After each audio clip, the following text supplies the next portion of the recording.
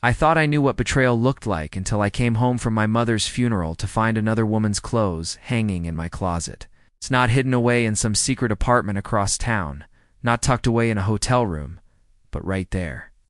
In our master bedroom, next to the dress I wore to say goodbye to the woman who raised me, Marcus stood in our kitchen making coffee for two, humming like it was the most natural thing in the world. When he saw me, he didn't even have the decency to look surprised. He just smiled and said, "Elena, we need to talk." That was the moment. I realized that everything I thought I understood about my life, about my marriage, about the man I'd spent 8 years building a future with, was nothing but an elaborate lie. Before we jump back in, tell us where you're tuning in from. And if this story touches you, make sure you're subscribed because tomorrow I've saved something extra special for you. My name is Elena, and 3 months ago, I believed I was living the dream that every woman in Riverside, Connecticut envied. Marcus and I had the colonial house on Oakwood Drive with the perfectly manicured lawn, the kind of place where neighbors still borrowed cups of sugar and invited each other to backyard barbecues. We were that couple who seemed to have it all figured out. He ran a successful real estate development company. I managed marketing campaigns for local businesses, and we talked about starting a family once his latest project was complete. Every morning, Marcus would kiss me goodbye at exactly 7:15. Coffee mug in one hand, briefcase in the other, promising to be home by 6 for dinner. Every evening, we'd sit on our back porch watching the sunset, planning weekend trips to the coast, or discussing which restaurants we wanted to try. Our friends called us relationship goals, and honestly, I believed them. The house itself was everything we dreamed of when we got married. 3 bedrooms, 2.5 bathrooms, a kitchen with granite countertops and stainless steel appliances that reflected the morning light beautifully. Marcus had insisted on the master suite renovation 2 years ago, complete with a walk-in closet that could have housed a small family, and a bathroom with a soaking tub. I used every Sunday evening with lavender bath salts.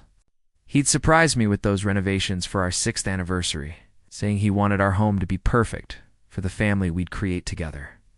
I spent countless hours in that house, arranging furniture, hanging artwork, creating photo galleries of our travels and special moments. Every corner held a memory, every room told a story of the life we'd built together. Our social circle in Riverside was tight-knit but welcoming. Marcus had grown up here, so everyone knew his family, his history, his reputation as the golden boy who'd made good. I'd moved to Connecticut from Ohio right after college, drawn by a job opportunity and the charm of New England. Meeting Marcus at a community fundraiser felt like fate. He was charming, successful, and seemed genuinely interested in building something real together. Our courtship was storybook perfect, complete with romantic dinners, weekend getaways too. Vermont, and a proposal on the beach in Cape Cod that left me crying happy tears for hours. The wedding was everything I'd dreamed of. Held at the historic Riverside Inn with all our friends and family celebrating our future. Looking back now, I can see the signs I chose to ignore. The late nights at the office that became more frequent. Over the past year, the business trips that seemed to stretch longer than necessary. The way Marcus would turn his phone face down during dinner or step outside to take certain calls. When I'd ask about his day, his answers became shorter, more vague, filled with corporate jargon that said nothing while appearing to say everything. But these changes happened gradually, so slowly that they felt normal. Like the natural evolution of a long-term relationship where passion settles into comfortable routine. What I didn't know was that Marcus had been living a double life for almost 2 years. I was planning our future, decorating our home, and building my career. He was building an entirely separate relationship with a woman named Vivian. She was 26 to my 32, worked as a real estate agent in his company. According to the evidence I would later discover, had been sharing intimate details about our marriage with Marcus for months. They'd taken trips together. While he told me he was at business conferences, they'd shared romantic dinners at restaurants where he'd promised to take me for special occasions. Most devastatingly, they'd been planning a future together that included her moving into our home, the home I'd lovingly created, believing it was the foundation of our life together. The cruel irony was that I'd been excited about surprising Marcus with news that would change everything. After 2 years of trying to conceive, I'd finally gotten the positive pregnancy test I'd been hoping for. I'd planned to tell him the night I returned from my mother's funeral, thinking that some joy might help balance the grief of losing the most important woman in my life. I'd even bought a special dinner, his favorite wine for him and sparkling cider for me, and arranged for candles and flowers to make the moment perfect. Instead, I walked into a nightmare that would shatter everything I thought I knew about love. Trust in the man I'd pledged to spend my life with. The funeral itself had been emotionally devastating. My mother had been my anchor, my advisor, my closest friend. She'd been the one who taught me that love meant respect, honesty, and partnership. She'd been the one who walked me down the aisle when my father couldn't be there, who listened to me gush about Marcus during our engagement, who helped me pick out furniture for our first apartment together. Losing her felt like losing my compass. And I'd driven home from Ohio feeling raw and vulnerable, desperately needing the comfort of my husband's arms and the safety of our shared space. The last thing I expected was to find that safety had been nothing but an illusion, and that the man I trusted most in the world had been systematically destroying everything we'd built together. Chapter 2. The first crack in reality, the morning. After I returned from Ohio, I woke up to Marcus making breakfast in our kitchen, humming a song I didn't recognize. This should have been comforting, should have felt like normal domestic bliss, but something was off.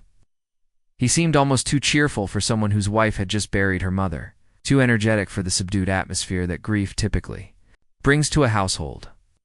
When I mentioned feeling emotionally drained from the funeral, he nodded sympathetically, but his attention seemed elsewhere, like he was performing the role of supportive husband rather than actually being one. Throughout the morning, small details felt wrong in ways I couldn't quite articulate. The coffee was a different brand than what we usually bought, something more expensive and sophisticated than our typical grocery store selection. There were 2 coffee mugs in the sink instead of 1, which struck me as odd since Marcus usually left for work before I got up and rarely had time for a second cup. When I asked about it, he mentioned that Thomas, his business partner, had stopped by early to discuss a new development project. This seemed plausible enough, but something about his explanation felt rehearsed, too smooth and detailed for such. A simple question. The house itself felt different too, though I couldn't pinpoint exactly how. The throw pillows on our living room couch were arranged differently than how I typically left them. There was a subtle scent in the air that wasn't our usual vanilla candles or my lavender lotion, something floral but sharper, more sophisticated. The bathroom counters seemed to have been recently cleaned, which was unusual because Marcus typically left his morning routine evidence scattered around until I tidied up. These were tiny things, the kind of details that could easily be explained away or dismissed as products of my grief-stressed mind. But they accumulated into a feeling of unease that I couldn't shake. That evening, Marcus announced that he needed to work late again, the 3rd time in 2 weeks.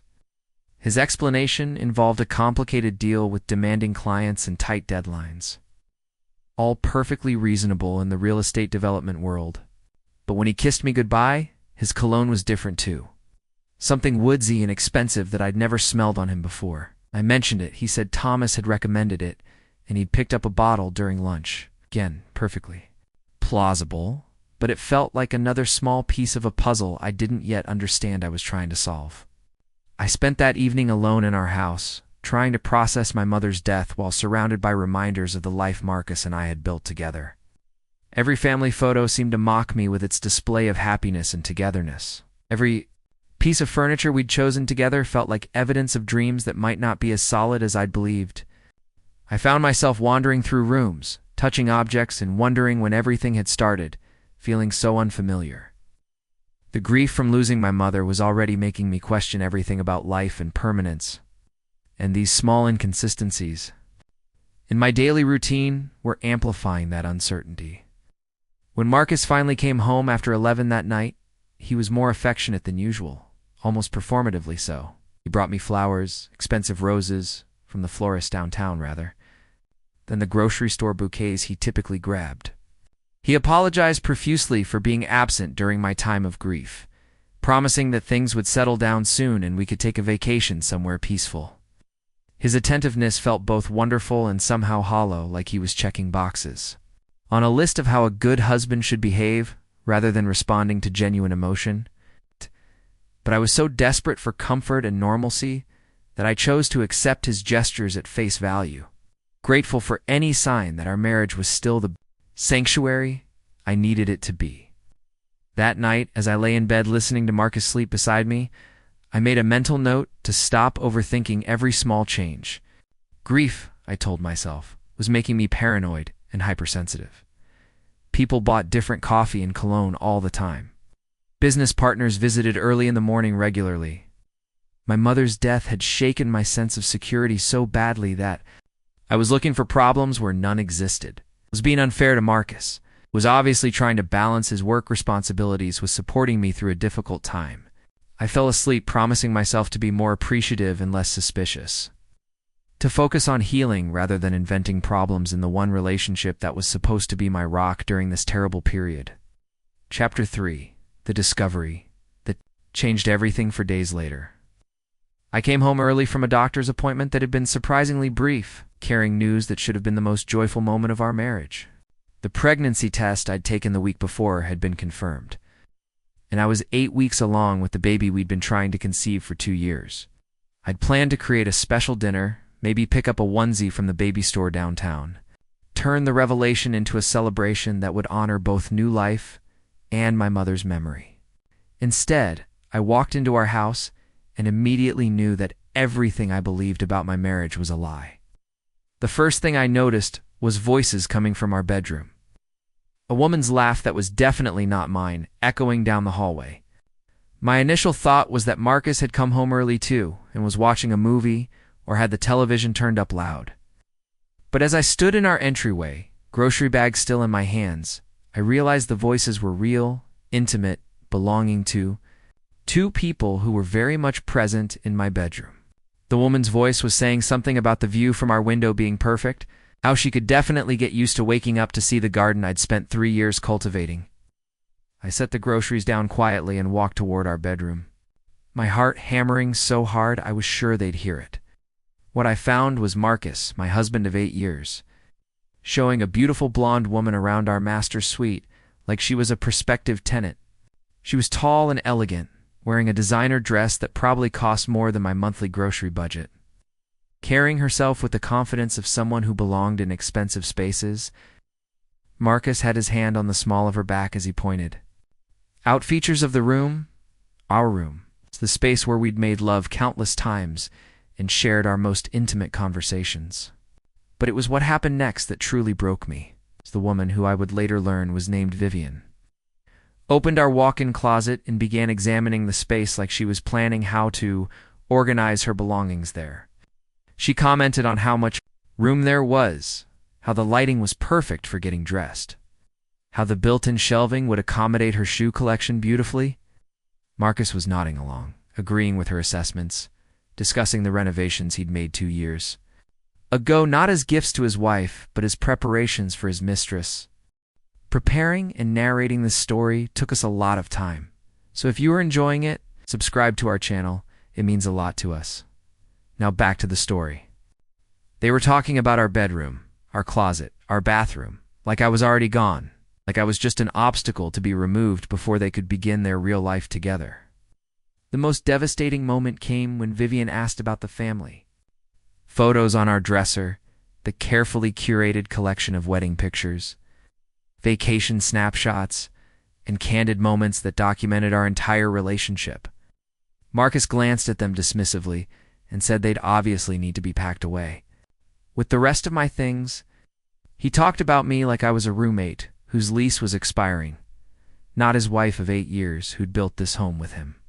Vivian nodded sympathetically and mentioned how difficult these transitions could be, but how much better life would be once they could start fresh, without reminders of the past cluttering their space.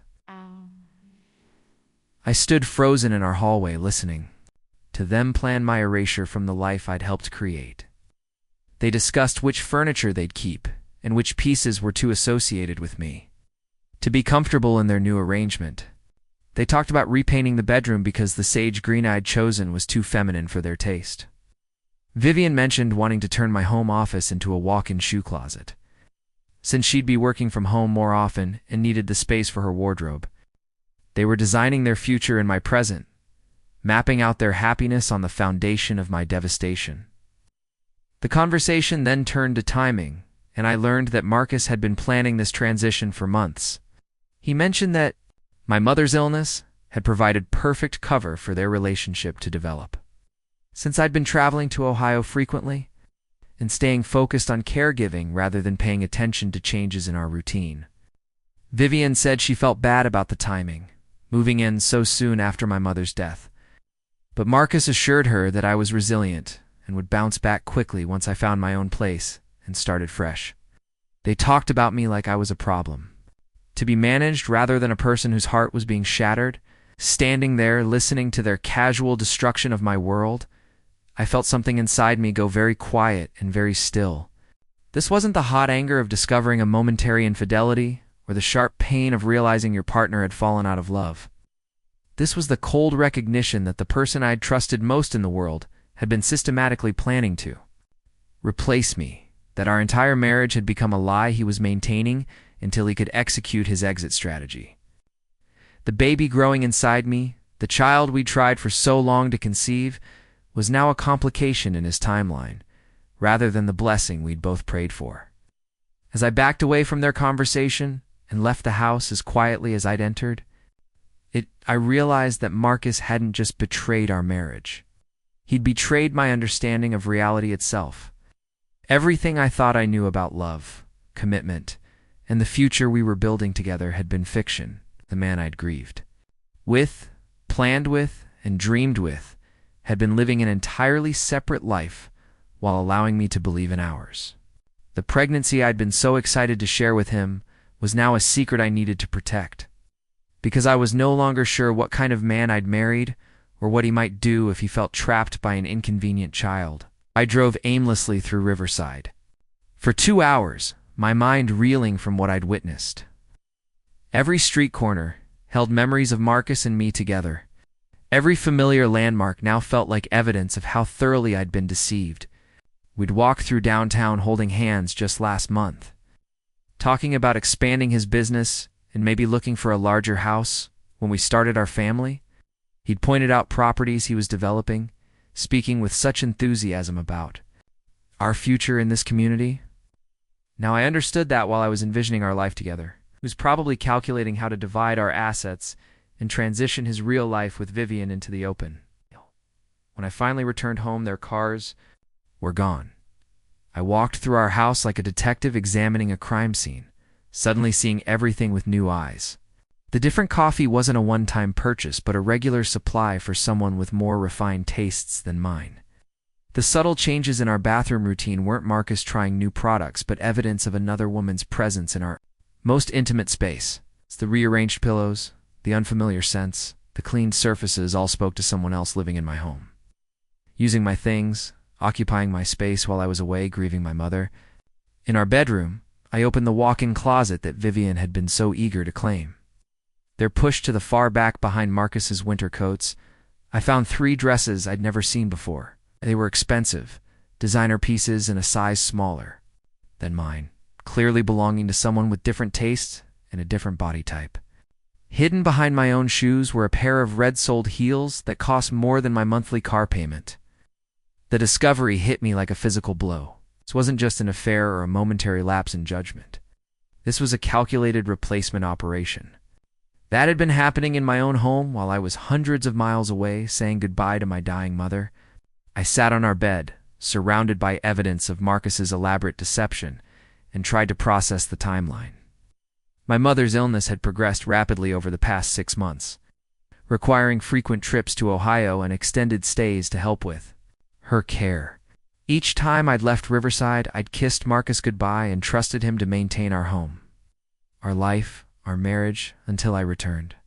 Instead, he'd been using my absence to audition my replacement, bringing her into our space, letting her sleep in our bed, allowing her to imagine herself as the lady of the house I'd spent years making into a home. The pregnancy test results felt like a cosmic joke. For 2 years, Marcus and I had tried to conceive, tracking ovulation cycles, adjusting our diets, consulting specialists when month after month brought disappointment. We'd had tearful conversations about fertility treatments and adoption possibilities. We'd supported each other through the emotional roller coaster of hope and failure that defines couples struggling to start a family. Now, when the miracle we'd prayed for had finally happened, my husband was planning to abandon me for another woman. The baby growing inside me would grow up knowing that their father had chosen to leave before they were even born. I began searching. Through Marcus's belongings, with the methodical precision of someone who no longer cared about privacy or trust, in his nightstand drawer, underneath business documents and warranties for electronics, I found receipts that told the story of his double life. Expensive dinners at restaurants he'd claimed were business meetings. Hotel charges from cities where he'd supposedly attended conferences alone. Jewelry purchases made on dates when he'd told me he was working late.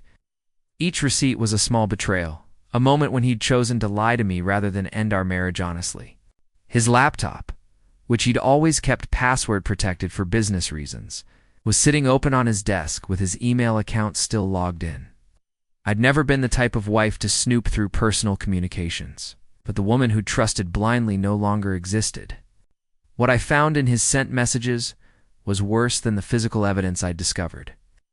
Month after month of intimate emails with Vivian, planning their future together while maintaining the facade of our marriage, he'd written to her about his plans to end things with me once my mother's situation was resolved, describing me as emotionally fragile and financially dependent.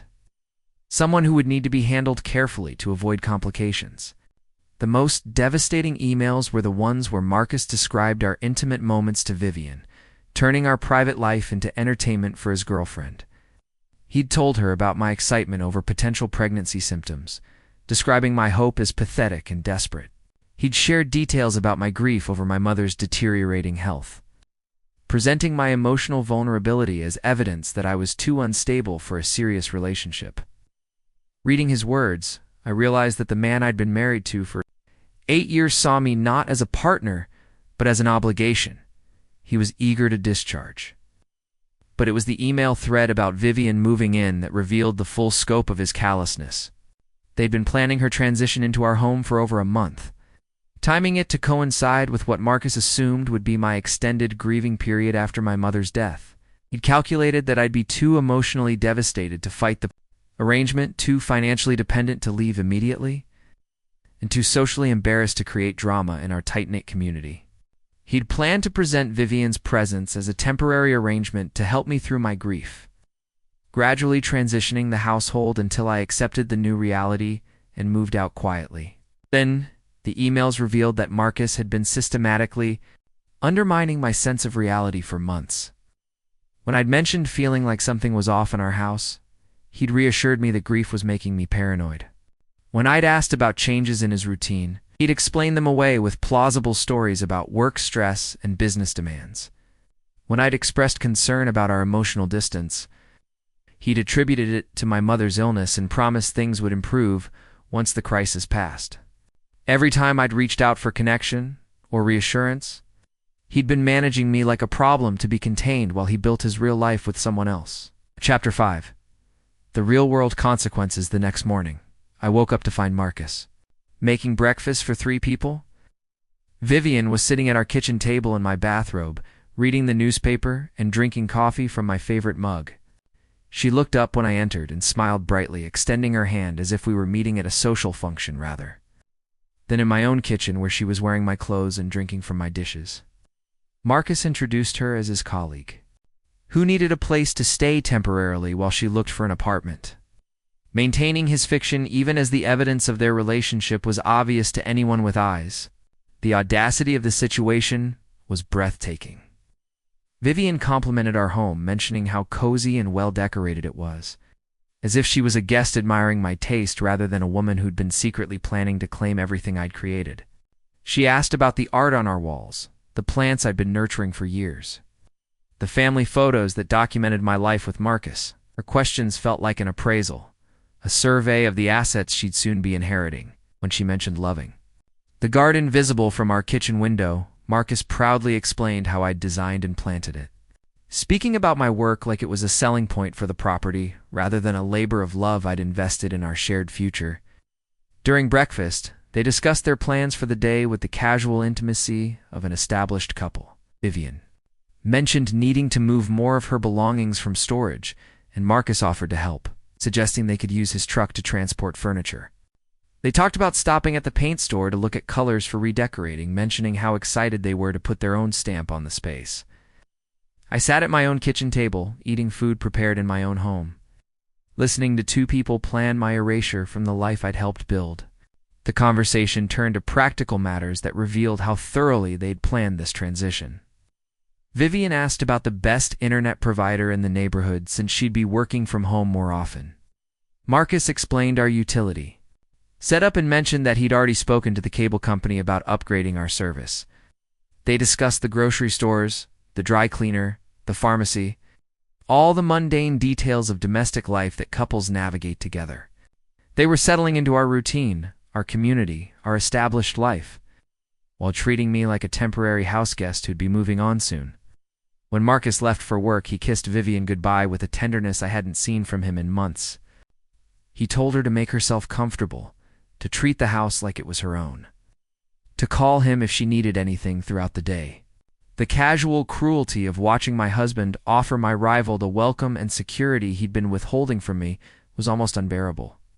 After he left, Vivian turned to me with a sympathetic expression and said she understood how difficult this transition must be, but that she hoped we could be friends since we'd be sharing the space for a while. The assumption that I would simply accept this arrangement, that I would graciously accommodate my husband's girlfriend in my own home, revealed how completely Marcus had misread my character. He'd expected me to be too grief-stricken to fight, too financially dependent to leave, too concerned about appearances to create a scene. He'd calculated that I would gradually accept the new reality, perhaps even be grateful for Vivian's company during my mourning period. The emails I'd read suggested he'd convinced himself. He was being kind by managing the transition slowly rather than demanding an immediate divorce. But sitting in my kitchen watching another woman plan her future in my space, I felt something crystallize inside me that had nothing to do with anger or revenge. It was clarity, pure and cold and absolutely certain. Marcus had made his choice, and now I would make mine. He'd expected a fight, a confrontation, tears and accusations, and desperate attempts to win him back. He'd prepared for drama, for emotional manipulation, for all the messy complications he imagined would come from breaking up a marriage. What he hadn't prepared for was a wife who would simply refuse to participate in his narrative. I excused myself from the breakfast table and went upstairs to our bedroom, where I began the most important packing I'd ever done. Not the frantic escape of someone fleeing a crisis, but the methodical preparation of someone who decided to take control of her own story. I gathered my most essential belongings, my important documents, the few pieces of jewelry that had belonged to my mother. I took photographs of every room in the house, documentation of the assets I'd helped acquire and the space I'd helped create. I collected evidence of our joint finances, our shared investments, the business documents that would be crucial in divorce proceedings. While Vivian unpacked her belongings in my living room, I was upstairs preparing for a departure. That would give me every advantage in the legal battles to come. I copied files from Marcus's computer, photographed the receipts I'd found, saved the email threads that revealed the timeline of his deception. I gathered evidence of my financial contributions to our household, documentation of my role in his business success, proof of the shared assets he was attempting to claim for his new relationship. If Marcus wanted to replace me, he was going to discover that I wasn't property to be transferred, but a partner who'd earned her share of everything we'd built together. Chapter 6. The breaking point that afternoon, while Vivian was out shopping for household items to improve our space, I received a call from my doctor's office with follow-up information about my pregnancy. The nurse cheerfully discussed prenatal vitamins, scheduling regular appointments, and lifestyle changes I should consider now that I was expecting. Sitting in the home where my husband's mistress was making herself comfortable, listening to advice about preparing for the baby Marcus didn't know existed, I realized that my situation had moved beyond emotional betrayal into a realm of profound personal crisis that would affect an innocent child. The pregnancy added layers of complexity I hadn't fully considered. This baby had been conceived during those final attempts at intimacy with Marcus, probably around the same time he was planning Vivian's move into our home. The child growing inside me was wanted and loved. But their father was a man who'd proven himself capable of extraordinary deception and cruelty. I found myself wondering what kind of father Marcus would be if he could plan to abandon his wife while she grieved her mother's death. What kind of man would prioritize his girlfriend's comfort over his marriage obligations? What kind of person could compartmentalize his life so thoroughly that he could live two completely different realities simultaneously? When Vivian returned from her shopping trip, she'd bought new towels for our bathroom, different soap for our kitchen, and fresh flowers for our dining room table. She was redecorating my home according to her preferences, replacing my choices, with her own erasing my presence from our shared space, one small purchase at a time. She'd also bought groceries, selecting brands and products that Marcus preferred but I'd never purchased. Further evidence that she knew his tastes and habits better than I'd realized. Watching her arrange her flowers in my vase, I understood that she wasn't just planning to live in my house, but to replace me in every domestic detail. The most surreal moment came when Vivian asked if I wanted to join her for a girls' afternoon, suggesting we get manicures and grab lunch downtown. She seemed genuinely confused by my lack of enthusiasm for befriending the woman who was stealing my husband and my home. Her invitation revealed a breathtaking level of either naivety or manipulation, as if she truly believed we could develop a friendship based on our shared connection to Marcus. She mentioned how nice it would be to have another woman around during this transitional period, how we could support each other through the changes ahead. When Marcus came home that evening, he found Vivian and me sitting in tense silence in our living room, the afternoon's shopping bags arranged around us like evidence of territorial claims. He seemed pleased by what he interpreted as our peaceful coexistence, congratulating himself on managing a difficult situation smoothly. He'd brought dinner from an expensive restaurant downtown, the kind of gesture he used to make for special occasions, but had abandoned in recent months. The meal was clearly meant to celebrate Vivian's successful integration into our household, a reward for what he saw as my gracious acceptance of the new arrangement. During dinner, Marcus outlined his vision for our immediate future with the confidence of someone who believed he'd successfully negotiated a complex transition. He explained that Vivian would be staying indefinitely while she established her new life in Riverside, that I could take all the time I needed to process my mother's death and plan my next steps, and that he hoped we could all maintain a civilized relationship throughout the changes ahead.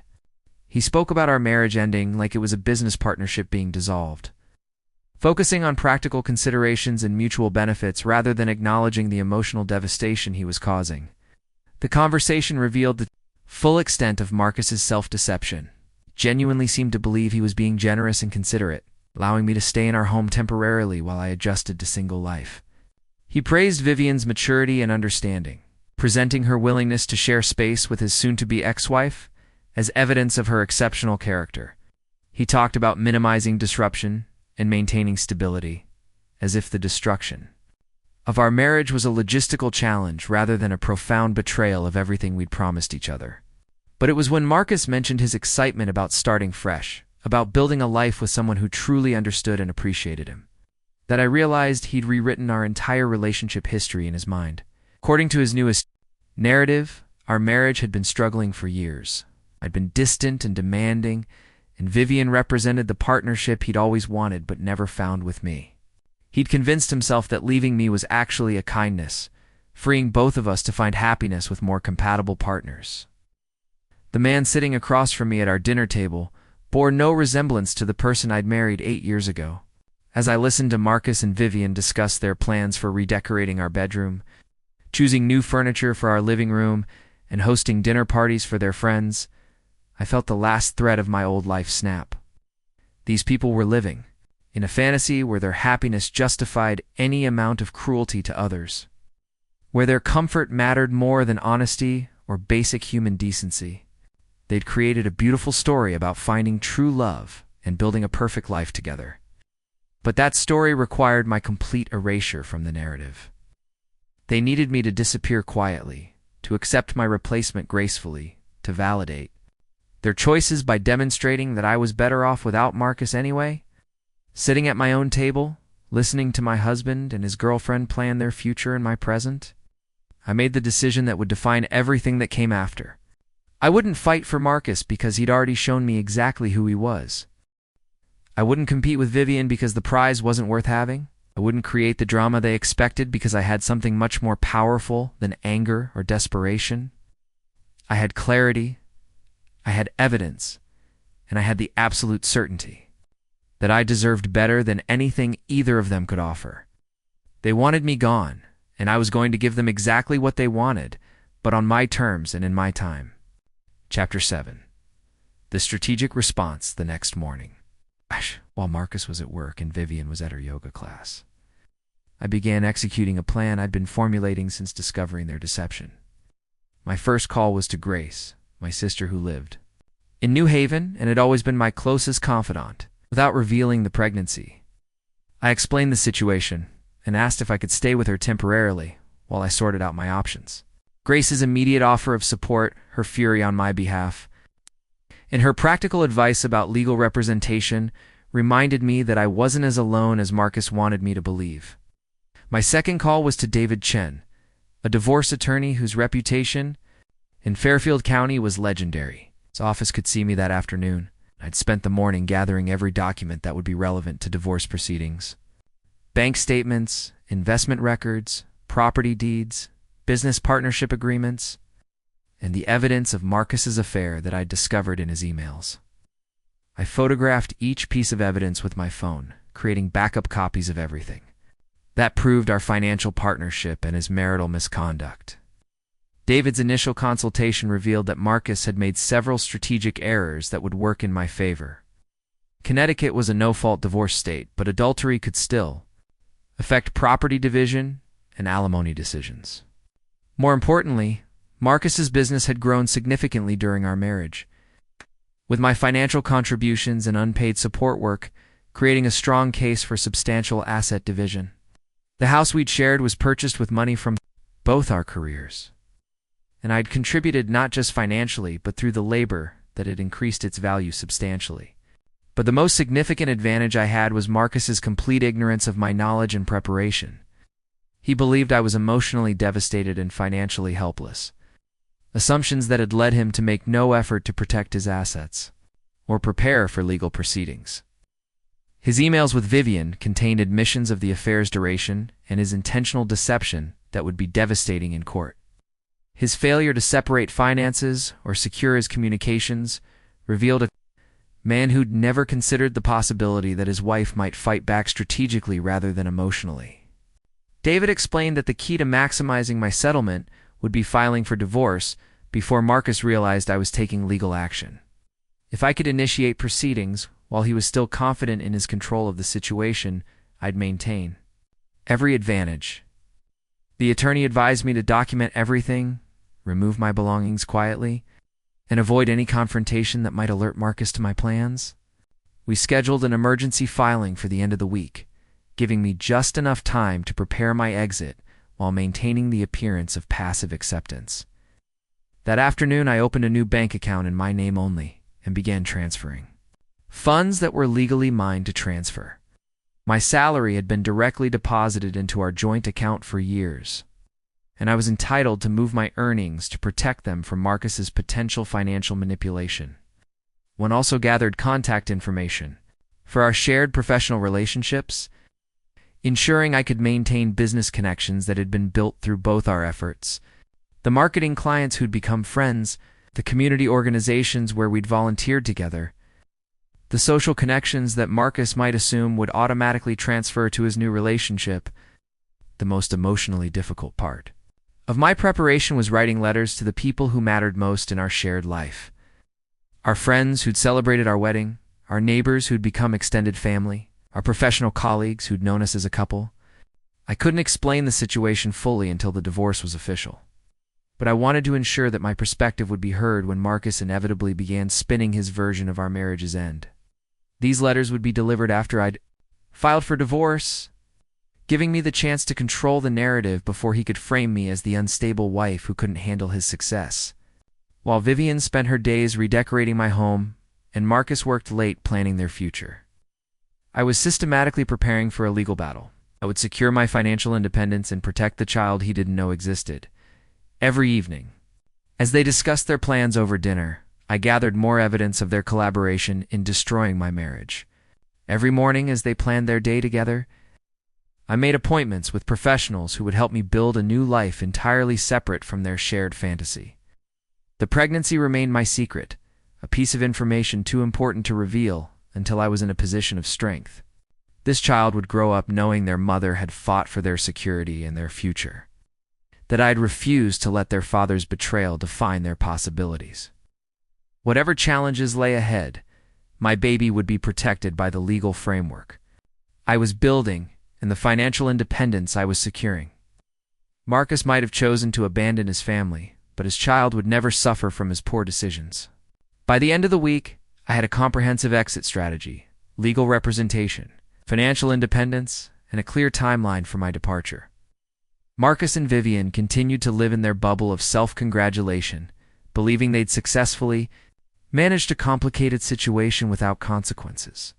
They had no idea that the wife they'd dismissed as emotionally fragile and financially dependent was about to demonstrate exactly how much they'd underestimated both my strength and my intelligence. The game they thought they'd won was about to reveal its real rules, and I was going to be the only player who'd prepared for the actual competition. Chapter 8. The Pattern of Deception. During my final week in the house, I discovered that Marcus and Vivian's relationship followed a pattern that extended far beyond their betrayal of me. While researching Vivian's background for my attorney, I found evidence that she'd been involved with married men before, specifically targeting successful professionals whose wives were dealing with family crises. Her previous relationship had ended when the man's wife discovered the affair during her own mother's cancer treatment. The parallels were too precise to be coincidental, suggesting that Vivian specialized in exploiting vulnerable moments in established marriages. The discovery came through social media research that revealed Vivian's history of relationships with men whose relationship status was conspicuously absent from her posts. Photos of romantic dinners and weekend getaways with faces carefully cropped out, expensive gifts and vacations that didn't match her real estate agent's salary, and a lifestyle that clearly depended on financial support from men who couldn't be publicly acknowledged. Her Instagram account was a carefully curated display of luxury and sophistication, funded by other women's husbands, a portfolio of successful conquests rather than authentic relationships. More disturbing was the evidence I found of Marcus's pattern of deception extending beyond our marriage.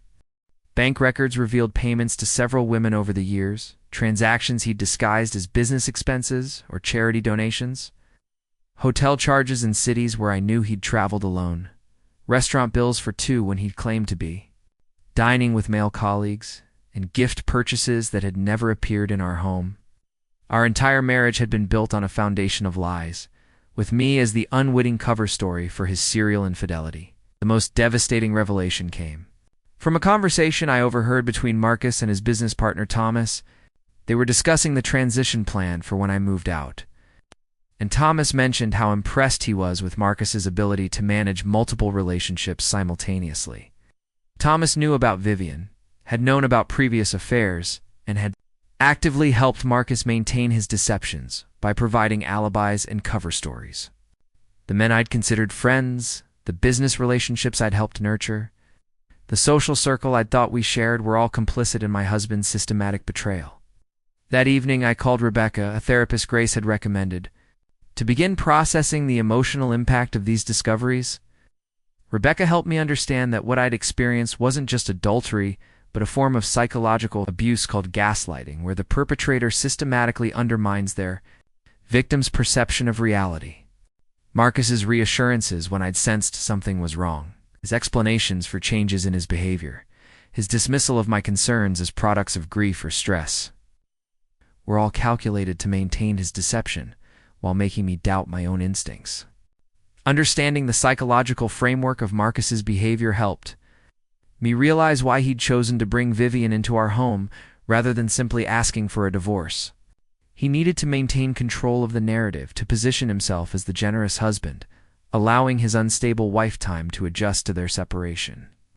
By presenting Vivian as a temporary house guest rather than his girlfriend, he could gradually shift the household dynamic until I became the intruder in my own home. The strategy was designed to make me feel so uncomfortable and displaced that I'd leave voluntarily, allowing him to keep our assets and avoid the financial consequences of divorce. But Marcus had underestimated the strength I'd developed through supporting my mother during her illness. Watching her fight cancer with dignity and determination had taught me that survival sometimes requires strategic thinking rather than emotional reaction. She'd faced her diagnosis by learning everything she could about her treatment options, building a support network of professionals and advocates, and making decisions based on facts rather than fear. Her example had prepared me for this crisis in ways Marcus couldn't have anticipated. The parallel between my mother's fight against cancer and my battle against Marcus's deception wasn't lost on me. Both situations required facing a devastating diagnosis, gathering expert support, and developing a treatment plan that prioritized long-term survival over short-term comfort. My mother had fought her disease with everything she had, and I was going to fight for my future with the same determination. She'd taught me that when someone threatens your life, whether through illness or betrayal, you respond with intelligence, courage, and an absolute refusal to accept defeat. As I prepared for my departure, I found myself thinking about the other women who'd been damaged by Marcus and Vivian's pattern of predatory relationship behavior.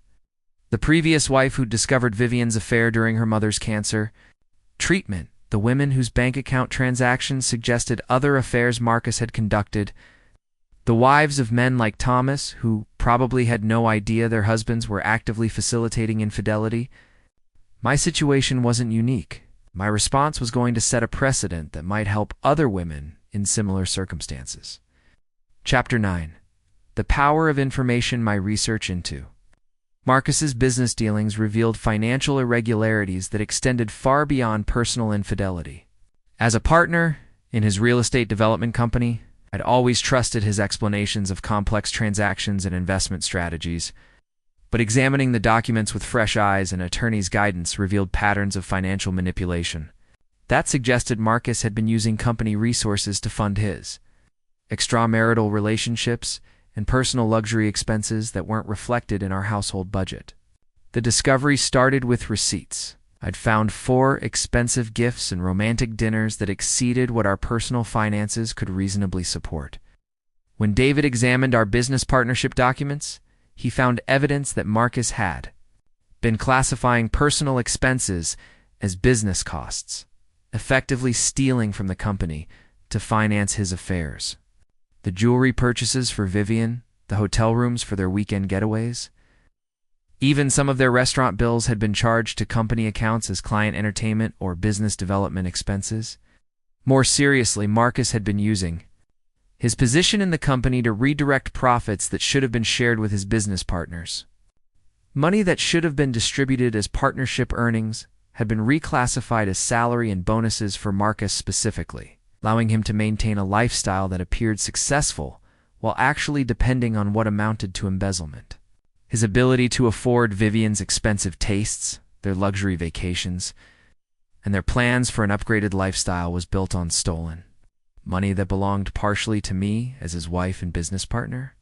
The financial investigation also revealed that Marcus had been planning to sell our house and use the proceeds to purchase a new property with Vivian, all while maintaining the fiction that I'd be staying in our current home during the transition period. He'd already contacted real estate agents about listing our property, had mortgage applications in progress for a larger house in a more exclusive neighborhood, and had been transferring money into accounts that I didn't have access to.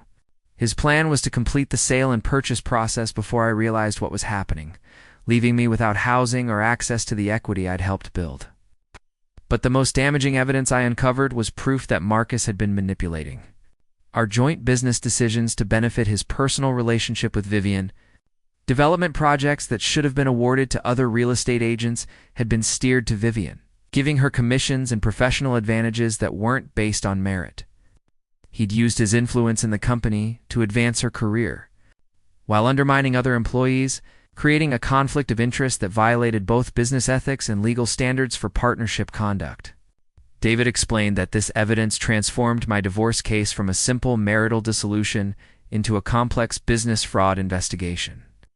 Marcus's financial misconduct gave me grounds to demand not just equitable distribution of marital assets, but also compensation for the business losses his embezzlement had caused. His use of company resources to fund his affair constituted theft from our shared business interests, making Vivian potentially liable as well if she'd knowingly benefited from stolen money.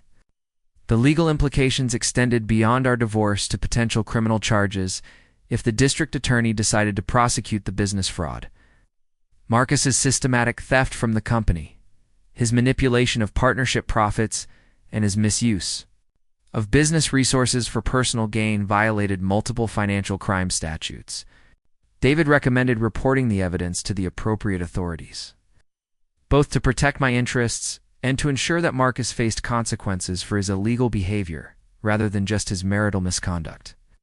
But perhaps the most valuable information I gathered was documentation of Marcus's pattern of targeting women during family crises, suggesting a level of predatory calculation that went beyond ordinary adultery. The timeline of his affair with Vivian coincided exactly with my mother's illness progression, while his previous affairs had similarly coincided with times when I was dealing with family emergencies or personal challenges. This pattern suggested that Marcus didn't just cheat opportunistically, but specifically exploited moments when I was emotionally vulnerable and distracted by genuine crises. Understanding Marcus's methodology helped me realize that his calm confidence about my reaction to discovering the affair was based on his previous success in manipulating women during vulnerable periods. He expected me to be too emotionally devastated by my mother's death to fight effectively, too financially dependent to leave immediately, and too socially concerned about appearances to pursue aggressive legal action. His entire strategy depended on my conforming to his assessment of my character and capabilities, assumptions that my strategic response was about to prove completely wrong. The information I'd gathered gave me more than legal advantages in our divorce proceedings. It gave me clarity about exactly who Marcus was and what he was capable of, removing any lingering doubt about whether our marriage could be salvaged or whether he deserved consideration for his feelings. The man I'd loved for 8 years didn't exist, had never existed. And the person who'd replaced him in my home was a calculating predator who specialized in exploiting women's emotional vulnerabilities for his personal gain. Chapter 10. The Silent Departure on Friday morning. Marcus left for work with his usual kiss goodbye and promised to be home by 6 for dinner. Vivian had an appointment with a decorator to discuss renovating our home office into her personal workspace, a project they'd planned without consulting me about removing my professional space from the house. Neither of them suspected that this would be the last time they'd see me as the compliant wife who'd accepted their version of reality. While they went about their day planning their shared future, I was preparing to execute a departure that would shift every advantage to my side. Grace arrived at noon with a moving truck and 3 friends who'd volunteered to help me pack. We worked systematically through the house, removing everything that belonged to me personally while leaving. No trace of our activity. My clothes, my books, my personal electronics, my family photographs, and my mother's jewelry disappeared into boxes that would be transported to Grace's house in New Haven. We took inventory photographs of everything that remained, documenting the shared assets that would be divided through legal proceedings, pieces of jewelry and artwork that had represented his love and commitment when I'd received them. Now, I understood they'd been purchased with stolen money, symbols of a relationship that had never been what I believed it was. But they also represented financial assets that belonged to me legally, regardless of how they'd been acquired. Every item went into the moving boxes, along with documentation of its value and purchase date. While my helpers loaded the truck, I completed the final steps of my legal strategy. I signed the divorce papers David had prepared, authorizing him to file them first thing Monday morning. I transferred the last of my personal funds into my new bank account. ensuring that Marcus couldn't access money I'd earned or freeze our joint accounts before the legal proceedings began. I forwarded my mail to Grace's address and changed my emergency contacts to remove Marcus from every personal and professional connection. The house that had been my home for 8 years felt hollow and foreign as I walked through it one final time. Every room held memories of the life I'd thought we were building together. But now those memories felt like scenes from a movie where I'd been an unwitting actress playing a role I'd never understood. The kitchen where we'd cooked together. The living room where we'd entertained friends. The bedroom where we'd talked about our dreams all belonged to strangers now. People whose entire relationship was built on lies and betrayal. His financial fraud and his plans to sell our house without my consent. The note informed him that divorce papers would be filed Monday morning, that my attorney had documentation of his business misconduct, that he should contact David's office to arrange legal representation. I wanted him to understand that his careful plans had been discovered and countered. But I didn't want to give him time to hide assets or destroy evidence before the legal process began. The pregnancy remained my secret. Information too valuable to reveal until I was completely separated from Marcus's influence and manipulation. This child would be born into a world where their mother was financially independent, legally protected, and surrounded by people who could be trusted completely. Whatever Marcus's reaction to learning he'd fathered a child with the wife he'd tried to discard, that conversation would happen in a lawyer's office, where his response would be documented, and his obligations would be clearly defined. By 4 o'clock, the moving truck was loaded, and my helpers were ready to leave for New Haven. I took one last look at the house where I'd spent 8 years building a life with a man who'd never existed, where I'd grieved my mother's death, while my husband planned my replacement, where I'd discovered that my entire understanding of love and marriage had been carefully constructed fiction. Walking away from that house felt like emerging from a long coma, stepping into a reality I'd been prevented from seeing by someone who'd claimed to love me. Peace, not happiness. Not excitement, not relief, but the deep calm that comes from making decisions based on truth rather than illusion. I was pregnant, unemployed, essentially starting over at 32, facing a legal battle that would determine my financial future. But I was free from the psychological manipulation that had been slowly destroying my sanity, free from the lies that had made me doubt my own perceptions. Free from the obligation to pretend that my husband's betrayal was acceptable. Grace's house felt like a sanctuary, a place where I could begin healing from months of emotional abuse disguised as marriage. Her immediate support, her fury on my behalf, and her practical help in rebuilding my life reminded me what genuine relationships looked like. Up next, you've got 2 more standout stories right on your screen. If this one hit the mark, you won't want to pass these up. Just click and check them out.